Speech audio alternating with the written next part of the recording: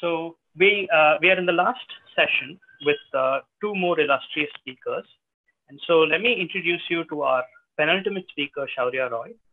Meanwhile, Shourya, do you want to get your slides up? Sure.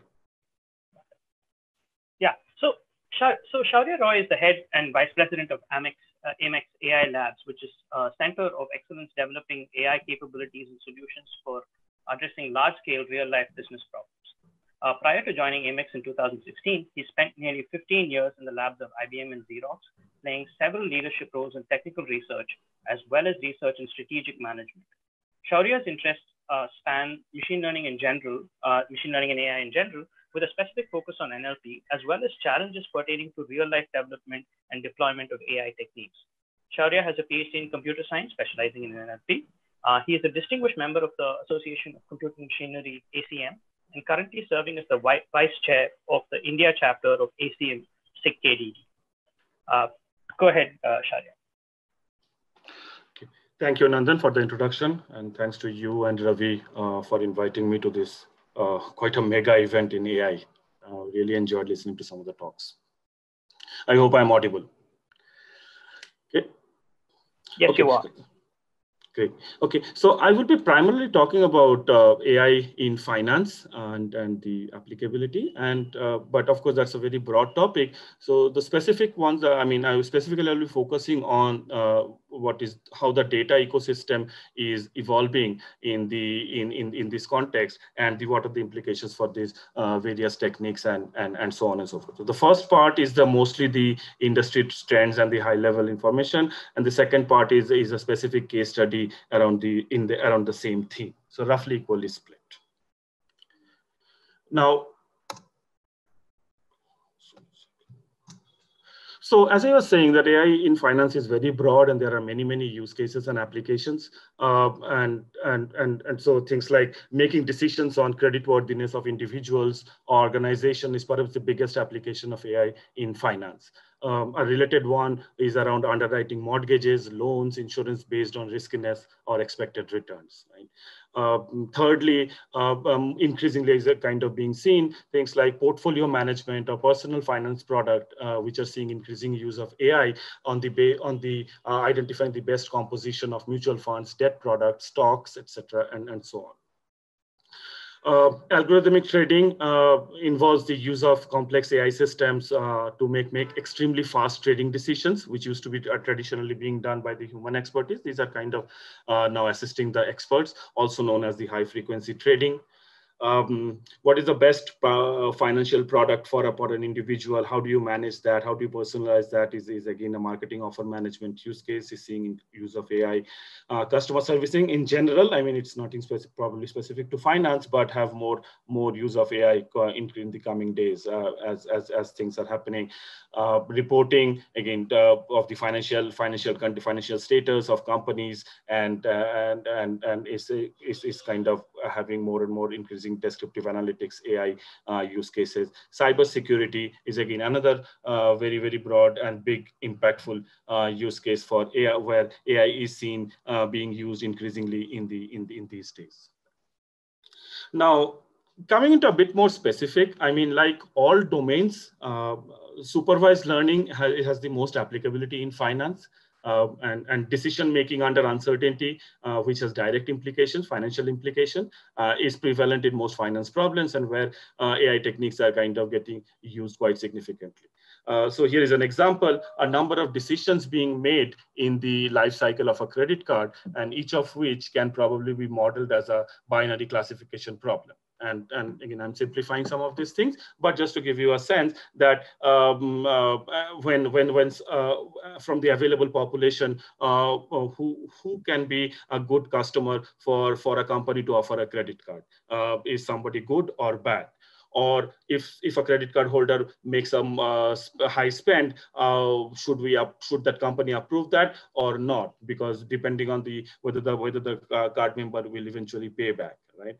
If an unusual looking transaction comes in, whether that was a valid transaction by the card holder, or is it a fraudster who is doing that? or somebody maybe at the end of the cycle is not going to pay back the due amount, how likely that eventually she will do it or not, right? Can we predict these things, and so on and so forth. So essentially a number of decisions that needs to be taken, which is based on data, and use of AI is being increasingly seen on these fields.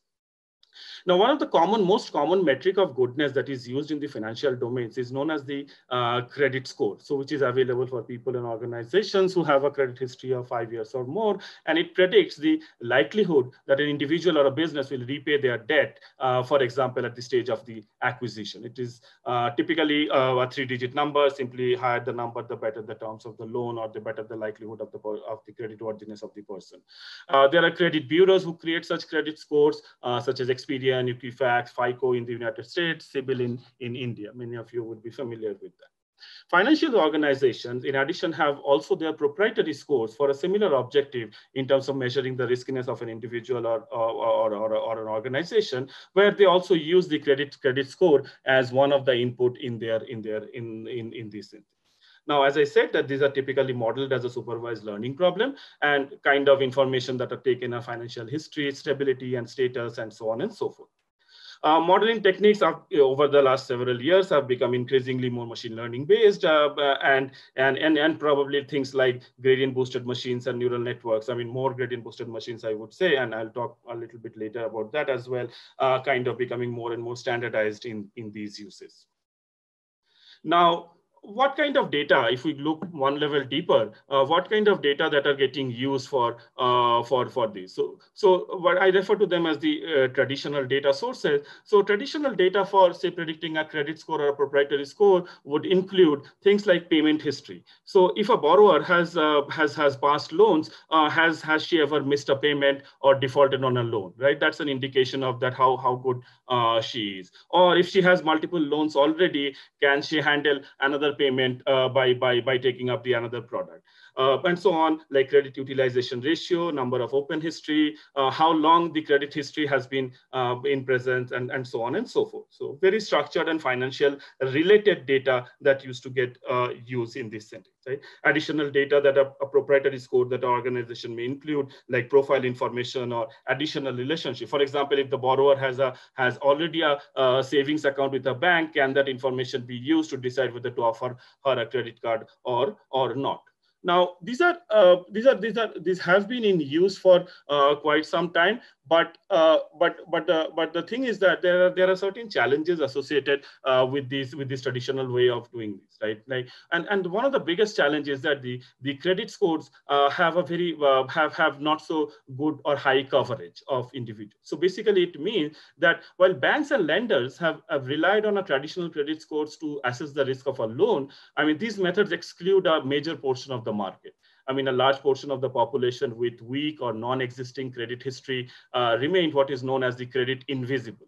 And these are not only people who do not have high income or steady income, but also people maybe at a very young age who have just joined a job, but do not have any past credit history, and so on and so forth. So for example, the credit coverage wise has improved significantly over the last decade in India. I mean, still 40% of the eligible Indians do not have credit scores, or worldwide, apparently 3 billion people are credit invisibles, and so on and so forth, right? So as a result, I mean, there are many people who are not getting the benefits of the financial products and so on.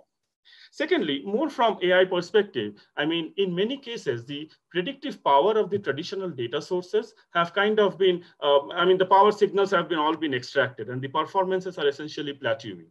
Now, and different techniques or their combinations are unable to push the boundary even further.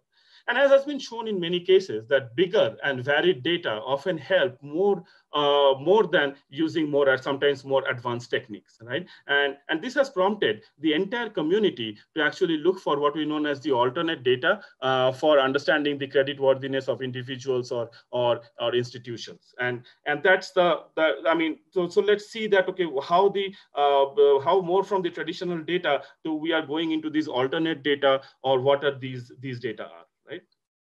So alternate data for these kinds of credit scoring is essentially any data that is not directly related to a consumer's credit behavior, but can help lenders to get a sense of an individual's financial reliability. Right. So, for example, traditional data, as we saw, is related from the credit application or lenders, comes from the credit bureau or the lender's own data and so on. Whereas alternative data is actually everything else, and that's the all catch-all bucket that we have, right? And so let's see some examples. Right. So things like does a borrower pay, say, rent or telecom or utility bill on time and in full? Right. Now, why is it important? I mean, rent is actually one of the largest monthly expense for many households. And and it is found, it is known that the majority of the people under the age of 35 are actually renters, right? Now, somebody paying the rent, which is the largest expense, on a steadily every month, is an indication of a strong or steady financial status. Secondly, does a borrower have a sound financial backing? Like, I mean, what are the user's day-to-day banking or payment activity? Is she financially stable? Social profile and network data. It is a strong hypothesis that social media profiles and networks provide strong signals about individuals' lifestyle, social status, and thereby possibly indirectly about their financial stability. Audio and text data. I mean, this data takes the form of, for example, information found on credit applications and in recorded customer service or collection calls, right? Every time we call the call center, we said that it is getting recorded. So this is one of the potential use cases. And it can complement the existing data and is already proving its worth in many other cases. Psychometric surveys are quite popularly used and so on and so forth. Now, these data sources, these alternate data sources are not only for academic interest or research interest, but actually seeing potential around much in real life, with a whole bunch of startups and new age fintechs are coming into existence. I mean, whose value propositions are essentially around identifying and linking these alternate data sources. So, for example, and just to give a few examples, like in the United States, there's this company called Level Credit, which enables the tenants simply connect their rent payments, the one that I was referring at the beginning, and their positive rent payment history will get reported with the credit bureau. There are platforms like Yodlee, which helps connect the banking data with the lenders and credit reporting agency. There's a company called Cash-E, which has come up with the social lending quotient, or SLQ, pretty much an equivalent of a credit score, but based on alternate data and so on, are typically used for short-term and small denomination of credits, right? And even more established companies such as FICO and Experian, they are coming up with additional services like Ultra FICO or Experian Boost, which gives these alternate credit scores and so on and so forth, right? Now, of course, the benefits or the advantages are essentially addressing the challenge, the first challenge that I was referring to increase the credit coverage and thereby identification of the borrowers to lend it at the right time and the right place, right? I mean, so more number of people can actually take the benefits of the financial products, right? But also, essentially, it helps the consumers to gain this access to this financial product. But at the same time, it also gives lenders more confidence in their decision and allowing or approving these loans or the products, because now what we have seen, and the chart that is shown on the left-hand side, which shows that, I mean, traditional data and the alternative data together can give better performance than what either of them can give alone, right? Now, and we'll see one more. I mean, in the case study, I'll show some example on specifically on this one. I mean, characteristics of good alternate data. I mean, of course, it should have a good coverage, because that was the first thing that we wanted to address. It should bring in specific information, and should have high accuracy and timeliness. I mean, it as real time as possible is more beneficial. They should have more predictive power in terms of the predicting the credit worthiness. Orthogonality is probably the most important one, that these data sources should bring in signals or information which is in orthogonal to the traditional data sources, because that is when that we will be able to see the kind of upward gain on top of the traditional source and so on. Now, of course, I mean, every time we talk about alternative data, there are a couple of concerns also we need to kind of touch upon. So alternative credit scoring doesn't come without any disadvantage, right? And one of the biggest drawback to this method is the concern over privacy. I mean, as it is helpful as some of the information to the lenders, but not every borrower may want to share their details about their shopping habits or occupation history when applying for a loan. And especially in the West, it's a much of a bigger concern. And additionally, alternative data in the underwriting may have sensitive information such as the consumer's education background or utility payment information, and people may not like it. However, it has been shown across, I mean, by studies across many different countries that very large fraction of adult population would be willing to share more personal data with a lender if it resulted in a fairer or better or favorable credit score for them, right? I mean, privacy concerns have primarily emerged from the fact that these are whether the consent from the for usage of the data was taken or not, but if they are helping them in a positively, then they are willing to share. And secondly, I mean, a financial domain in general is very heavily regulated, and so the regulatory guidance and clearance for usage of an additional data or alternate data is, of course, at the same, I mean, very essential in these cases, right?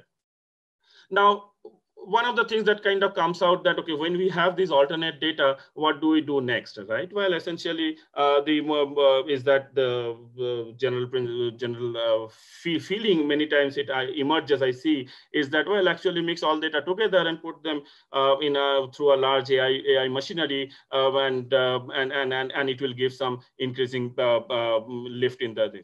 Well, I mean, it happens in many cases, but it requires some work. It's not that just putting everything together is going to produce the benefits, right? And that's the second part of the talk, that where I will show you one specific example that how we used the data, these alternate data in combination with the traditional data.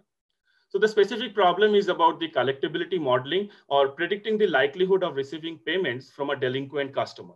For example, due payments on a credit card or pending balance on a loan or accounts receivable for companies. So these are essentially, I mean, if somebody doesn't pay on time, how do we decide that whether it is worthy to chase somebody to get the payment, or whether he or she is eventually going to pay? Now, the traditional structured data for modeling, these kind of things include this credit score, customer profile, such as contactability, how easy to contact, reach to that person, or historical, has he or she became delinquent in the past as well, or so on. Now, the challenge with these models are that they are static in nature and often miss out on recent changes. I mean, I might have been a good customer and paying my EMIs on the loan every month, but recently I lost my job and I'm not being able to pay, right? I mean, these kinds of information are not present, and as a result, the traditional structured data will not be able to capture them.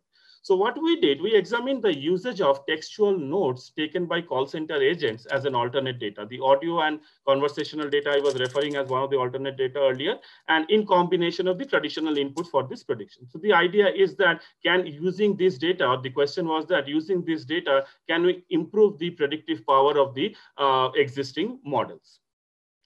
So basically, and here are some examples, and some of these may not appear a little bit cryptic, so essentially this is a two-class problem. There is a group of bad payers who in the past who eventually did not pay the due, and there is a group of good payer who paid back after some time, right? And we extracted some cherry-picked some notes taken by the call center agent after their conversation, and we see that there are indeed signals which should be useful. For example, somebody said that he had lost job and have been facing a lot of issues, or somebody underwent an open heart surgery, will not be able to make any payment, or somebody is undergoing a financial hardship in the bad payer. So as a result, they have been marked as the bad payer and then did not be able to pay the thing. On the other hand, a good payer might say that, okay, I have just graduated and has a good job now. So earlier, he did not have the ability to pay back, but now with the new job, he may be able to pay that, right? So while it appears that this data has some signal, but the question is that now how do we combine such noisy and unstructured data with traditionally clean structured data for doing the modeling? And of course, one question that kind of comes up is that why don't we use the entire conversations between the agent and the customers? Yeah, two things. One is that we didn't have that, and secondly, it is not very clear that if the entire conversation is more helpful, or like suitably taken, very focused notes would probably be better to do that. But I mean, in our case, we just didn't have that. Now, Okay, yeah, so basically what has happened that there is this unstructured space of the textual data, and then there is the structured data or the more traditional structured data such as the credit score or customer profiles and so on and so forth. So what we have seen that in general about the predictive modeling problems are either on structured or the unstructured data, and accordingly the techniques have also kind of evolved targeting at these techniques, because the feature spaces in the structure and unstructured text data are of different characteristics and scale. So for example, in recent times, the gradient boosted machines and GBMs are very popular with the structured data related problem, whereas neural networks or deep learning have swept everything for the unstructured data related thing, right? Now, so how do we deal with scenarios where we might have a mix of structured inputs and unstructured input? And essentially, there is no one winner in handling such use cases with these mixed data.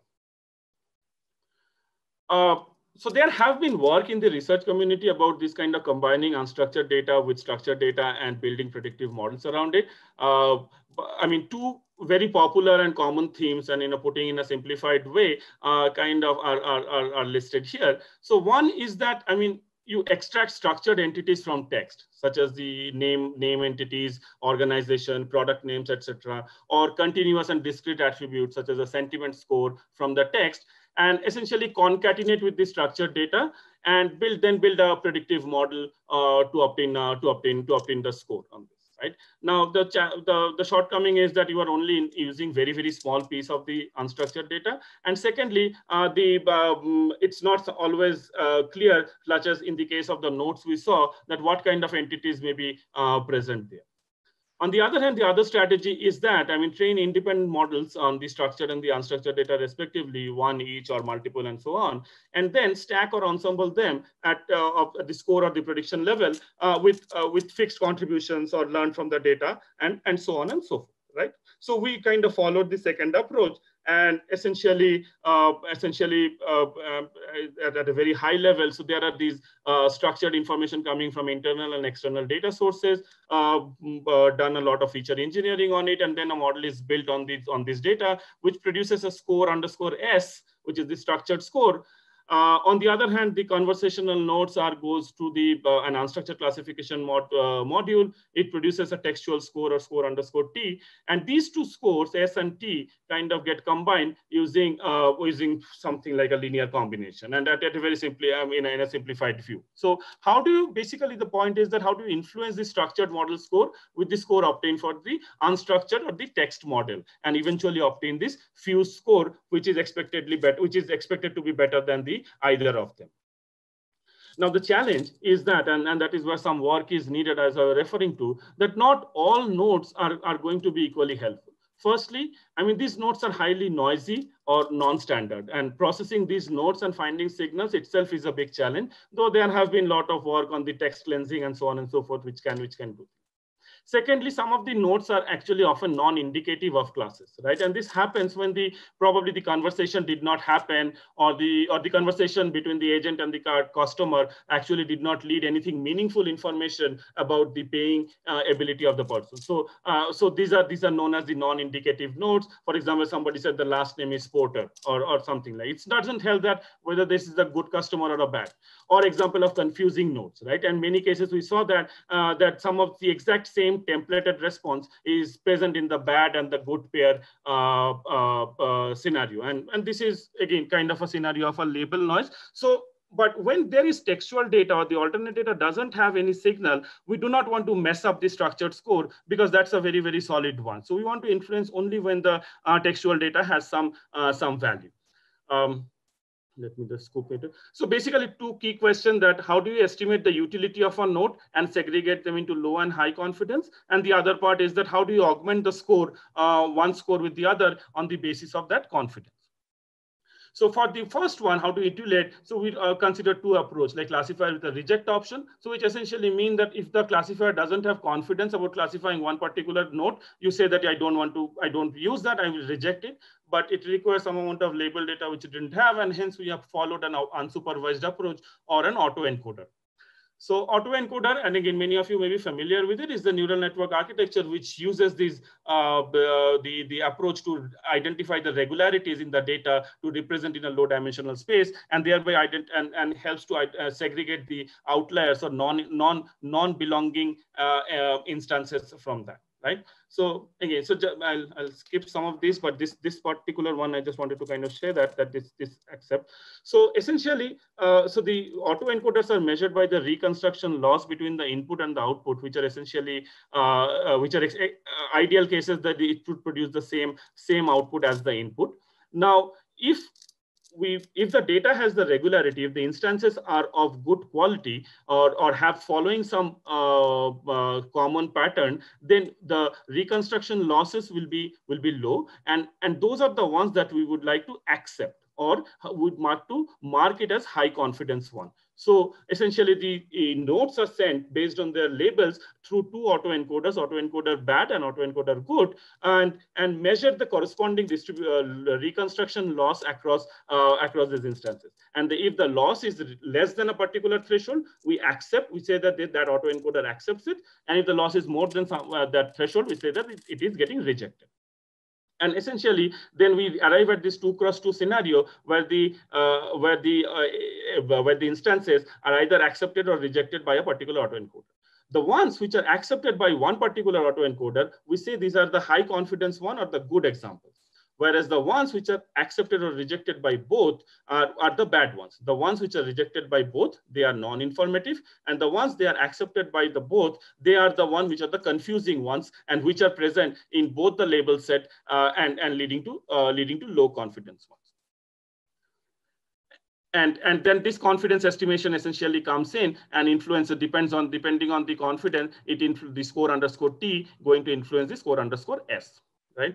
And again, at a very, very high level, schematically, what we essentially arrive at that as a fused score is dependent on the high confidence or low confidence. We arrive at a threshold that how much weightage we want to give to the text underscore score. And of course, these numbers are kind of obtained by the cross validation and stuff like that. But somebody can also obtain a continuous estimation of utility instead of a binary high-low confidence. But this is what is essentially going to produce the final fused score, and which is what we are going to measure against the structured score or the textual score. I'll skip these ones. So just to give you a glimpse of some preliminary experimental results. So we tried with about 80,000 records with traditional structured and corresponding alternate textual data, which had about 20% of the bad customers, which is slightly upsampled as the typical numbers are less. And with the standard train test split, we followed the building the ensemble approach of these two models and fused them based on the confidence, right? Now, on the left side, what you see is that two set of charts on the high confidence nodes and the low confidence nodes. So, and within each group, we have a score underscore S performance, score underscore T, and score underscore fused. Now, for the high confidence one, we can see that the textual score is very good and is almost at the par with the structured score. And when we combine them, we get performance lift of significantly over the structured score because the textual scores bring in complementary information as per our hypothesis. Whereas the lift over the low confidence nodes, I mean, on the low confidence side, the textual performance is very less and also is bounded by the score that is obtained by the score. And overall, so we got some good gain over the structured score.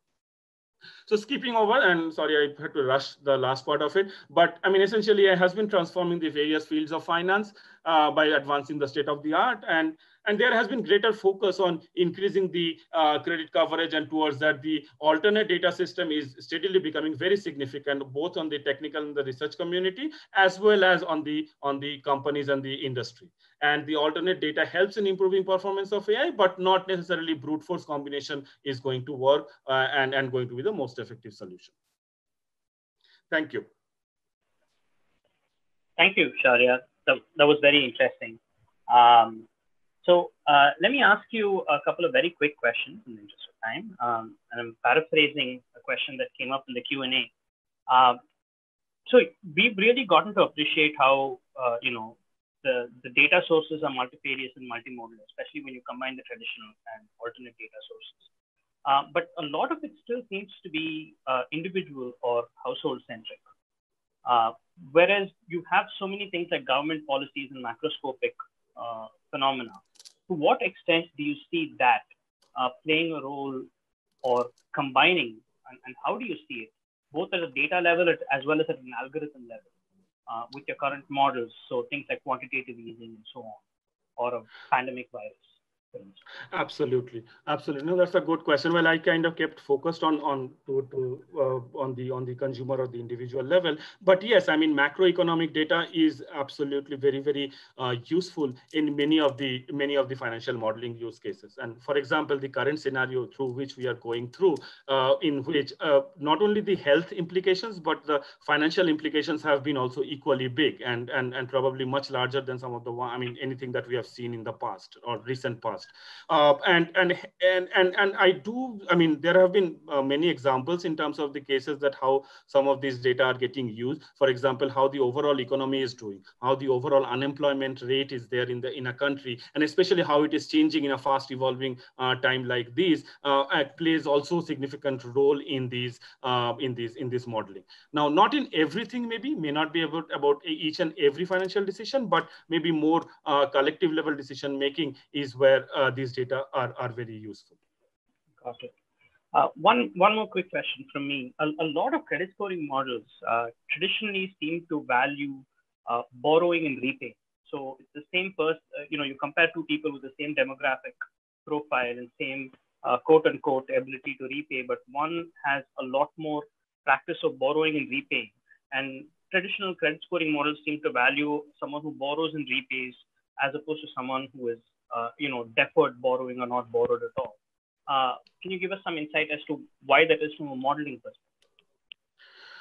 Okay, so I mean, I'll take my best guess on this one is that somebody with whom I have the past information about borrowing and repaying gives me much more evidence about his or her borrowing characteristics, right? And how good he or she is. The fact that somebody has borrowed and repaid, it's more likely that eventually if she borrows again another time, she will be paying back. Whereas someone for whom I do not have the information about the borrowing, it's like a lack of data, which gives me less confidence in terms of predicting that whether how well she behave. Maybe she will behave in the similar manner or in a better manner, but we just don't know that. And that's why traditional credit scoring gives more importance to the ones about which we know. And it's just that the data availability question.